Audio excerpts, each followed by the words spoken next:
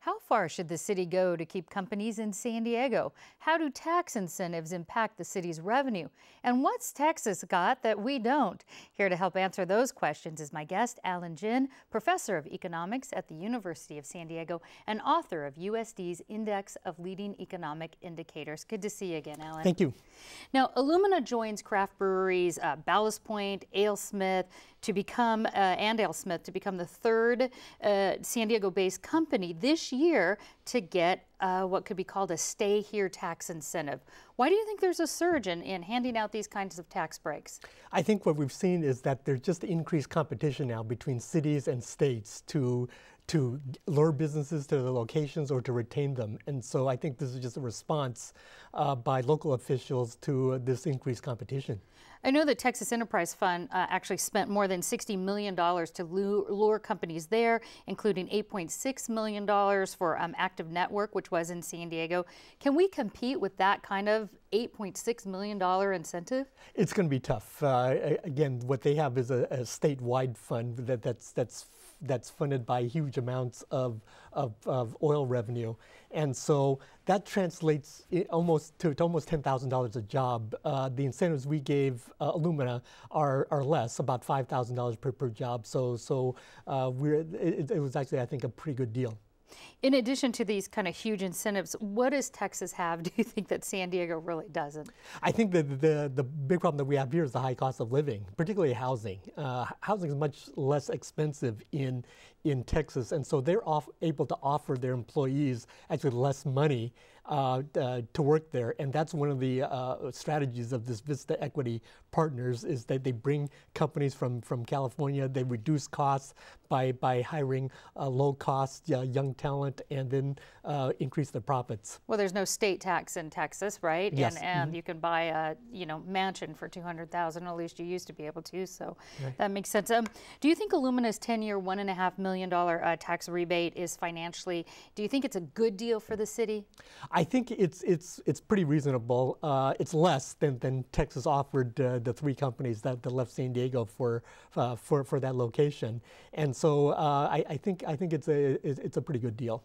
What do these kinds of tax incentives do to the city's tax revenue base? I mean, are we going to suffer in San Diego, let's say, in infrastructure repairs or other ways that we might need that $1.5 million? That's a big potential problem.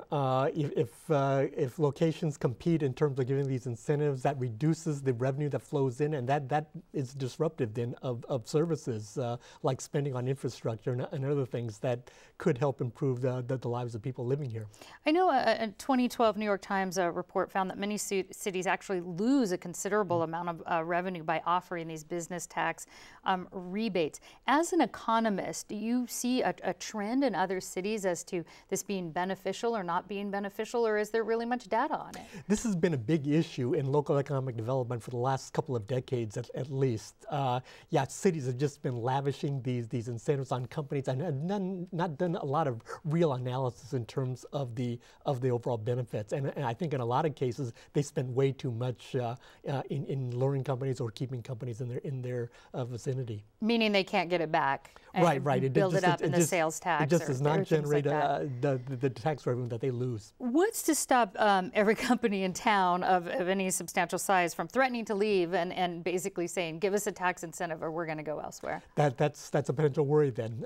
This sets a precedent. Other companies then might ask for similar type of deals, in which case the tax base could be impacted negatively. And are there, I don't know, in your readings or your studies, if you've heard that there's certain criteria, though, you just really can't walk up and say, I'm leaving, give me money. Right. Usually they target companies that generate high-paying jobs, and so you have to meet that criteria. The thing is, though, a lot of companies fall in that category here in San Diego, and they could take this as a sign that they'll ask for the same type of incentives. Do you think that this has sort of set a precedent? Do you think that the city is going to now have to continue to offer tax incentives to be competitive with other states and cities? I think it's going to have to. Again, there's just going to be a lot of competition. A lot of it from Texas. They got a lot of money to spend. They want these good paying jobs relocated there, and so I think the city's going to have to respond. Do you think, as an economist, is there a better way to keep cities here? It's tough because it's a bad situation because companies can play cities off of each other in getting these incentives, and so you got to balance it out. The benefits of keeping the jobs and the revenue from the extra income versus what you're going to give up in terms of the incentives. All right, looks like we're going to see a little bit more of this in the future. We will Yes. keep in touch with you on that, economics professor Alan Jin. Thank you. Thank you.